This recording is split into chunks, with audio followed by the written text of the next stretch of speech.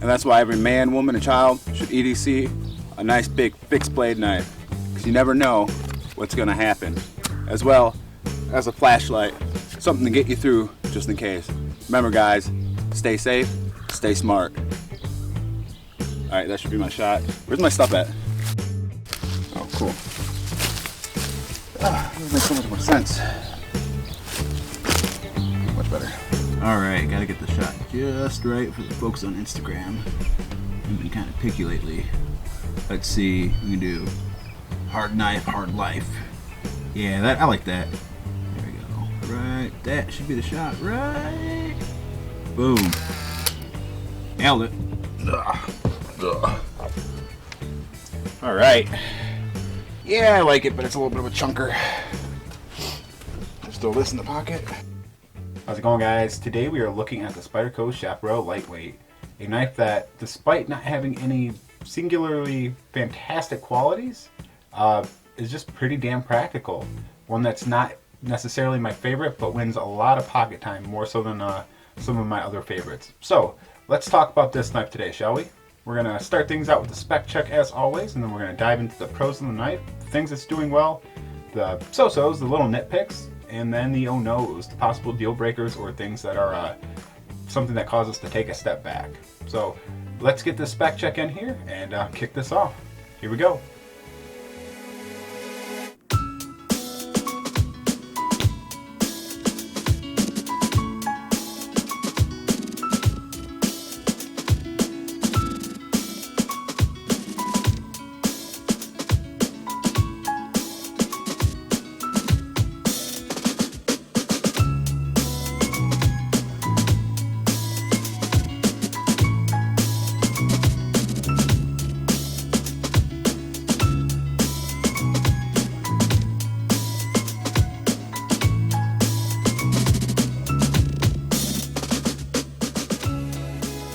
Alright, now that we've got the spec check out of the way, let's take a step back and talk about this knife. First things first, we will throw in a size comparison snapshot just to give you guys an idea of how big this knife is, or rather how little it is. You can see it's coming in right above the pilar and below the mini griptilian. So not a big knife by any means, and I think that's okay. It plays into what this is.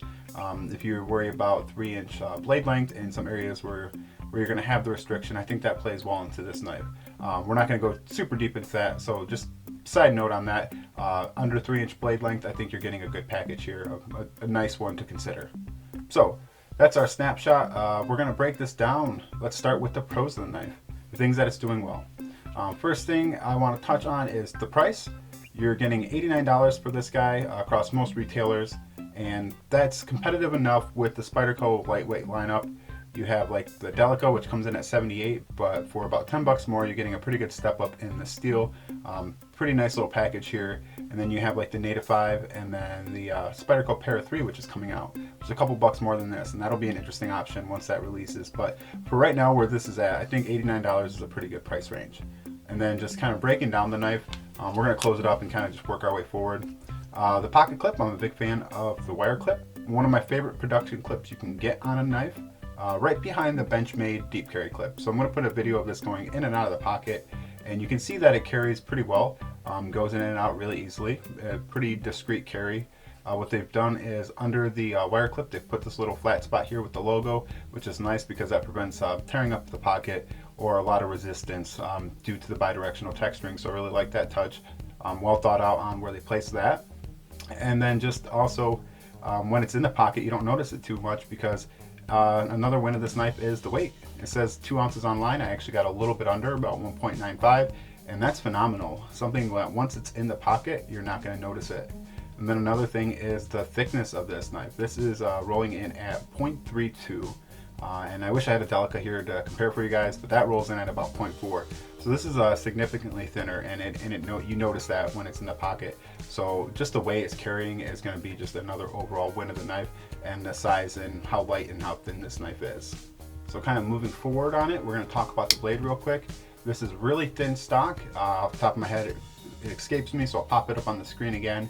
But what they've done is they've taken that and then they did a full flat grind on it, and it comes down to a really thin edge, which performs very well for slicing. Now when I first got this, I pulled it out of the box and I did some food prep, and this is not a food prep knife by any means, but I was playing around with it, and I'm going to slide this clip in here of me just kind of slicing on a potato. Initially I did cucumbers, but you can see this is going to slice right through that and get you nice, really thin, like those like almost see-through slices, and it does that with little effort. So this thing is a slicing machine, so the way this blade operates as a cutter is very good.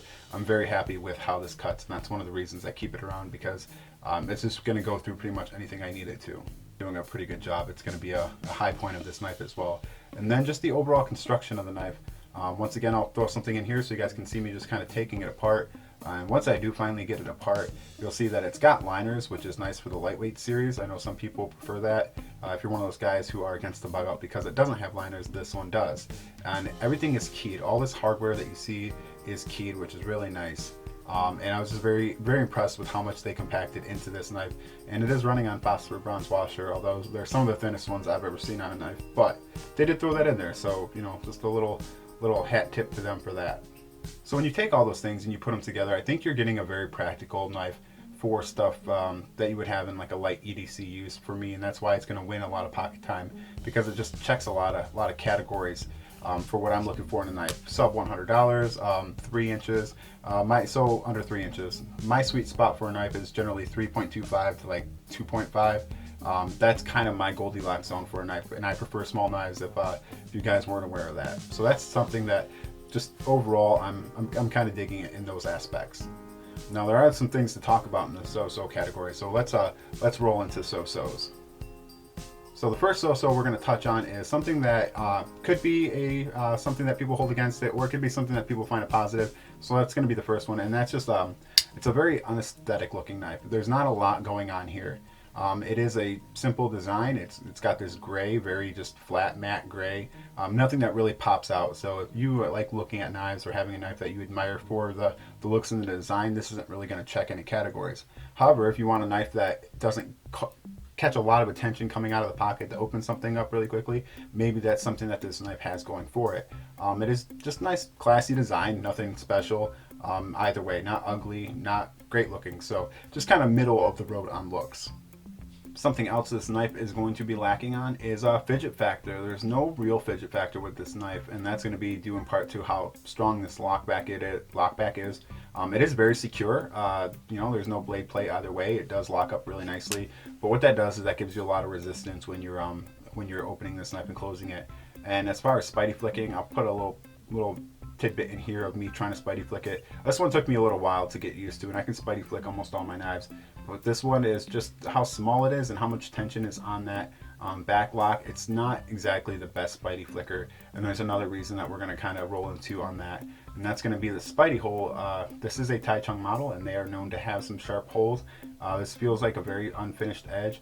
It's not sharp enough where it's going to be like, you know, scraping your skin off, but it is, let me get in on it for you. It is pretty acute angle there, something that when you are like Spidey flicking it or you take your fingernail across, you can see it does kind of like remove that whiteness off your fingernail. So just something to be aware of is that is a little bit of a sharper. There's something else that's going to tie into once we get to the end of this and possibly into the O-nose. So those are a couple things that it has going against it. Touching on the ergonomics really quickly is ergonomically for my small hands, this knife is great. And so why are we talking about that in the so-sos? Because I think that if you have anything over a medium-sized hand, you are going to be losing a little bit of real estate there on the back end. You can see my small hand leaves a little bit hanging out, enough for maybe a medium hand. But if you do have a big glove, this is something that you might not feel the most, you know, comfortable holding. In my hand, it is fine. There's no hot spots. It does feel secure. The thinness is not an issue. Sometimes that can cause, like, you know, the hard corners can make it feel uncomfortable with cutting tasks, but this one doesn't do that. But it is a smaller handle. You do have the full finger choil that does utilize, you know, if you utilize that, it does work really well. But anything over a medium-sized hand, you might be struggling to find some real estate to hold on to. But for me, it works fine. So if you have small to medium hands, that's not really going to be that big of a deal. And the last little thing was, we did touch on it briefly, was the spring tension on the lock bar. I think that's a little unnecessary on this knife. It does provide a nice secure lockup, no real blade play, but I don't think it needs to be as hard as it is, because it's the thing that stands out the most about this knife. If you talk to people who have this knife, they'll probably bring that up, is how tight and how much tension there is behind that lock bar. It almost takes away from the experience of enjoying this knife for a nice small knife. I think they could have gone a little bit lighter on that. And that's going to take something and roll us into our oh no's. So there is an oh no on this knife, and we're going to touch on that real quick. Oh no! So rolling into our oh no's, we're going to touch on the lock bar back here real quick. With that high spring tension and touching on how unfinished the edge it can be with these Taichung models, some of that came over into this lock bar. So you take physics and you take a small surface area with high tension with a sharp edge, and that can really cause an issue on your finger when you're disengaging this lock. Now, I was fortunate enough to get this on the second market, where the previous owner had, let me get on focus, kind of gone through and hit these edges here and made it a lot easier to use and not so much of a chore to actuate that. So for me, I don't really experience it too much because the edges have been hit. But talking from the standpoint of someone getting one of these new out of the box, that is something you're going to notice and probably not like very much. Talking to the people that don't like this knife or the things they don't like about it, that's always seems to be, right here seems to be the biggest issue. How much tension is on this lock bar and how sharp the edges is and how small a surface area is here. Getting rid of that. Part of that's going to be due to because it is a thin construction and they wanted to keep it, and I'm okay with that. I just think that if they chamfer that, or one of my buddies, Steve, mentioned, have the little divot there for your thumb, that could really increase the enjoyability of this knife. So with all those pieces, what do I think about this knife? Do I like it, love it, or leave it? I like it a lot. I think it's just so damn practical how much they were able to compress into this little package. You have a very not ugly knife, not pretty knife, just very kind of plain Jane knife that functions really well. It slices great. It's ergonomic for my small hands. It does seem to be a reasonably priced knife, and all those things kind of tie into something that makes it go into my pocket. I carry this knife a lot. If it wasn't for my bug out, this might be my most carried knife, and it still probably is.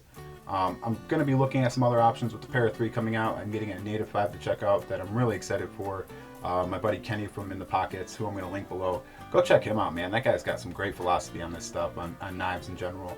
But go check him out. He's going to be giving me a Native 5 to check out, and I'm really excited too because I'm a big fan of the Spyderco Light Weight series, and I'm really curious to explore that line a little bit more. And so with the Para 3 coming out and the Native 5, I think there might be some size comparison or just some knife comparison videos coming out for you guys. So stay tuned for that if that's something you guys are interested in.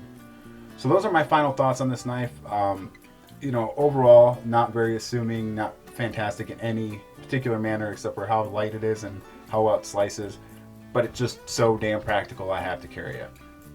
There you are, guys. If you have any questions, if I missed anything, if there's anything you want to know about the Chaparral Light Weight, please let me know down in the comments below. And yeah, hope you guys enjoyed this. Everybody take care. Have a good one. We'll see you all next time. Later, guys.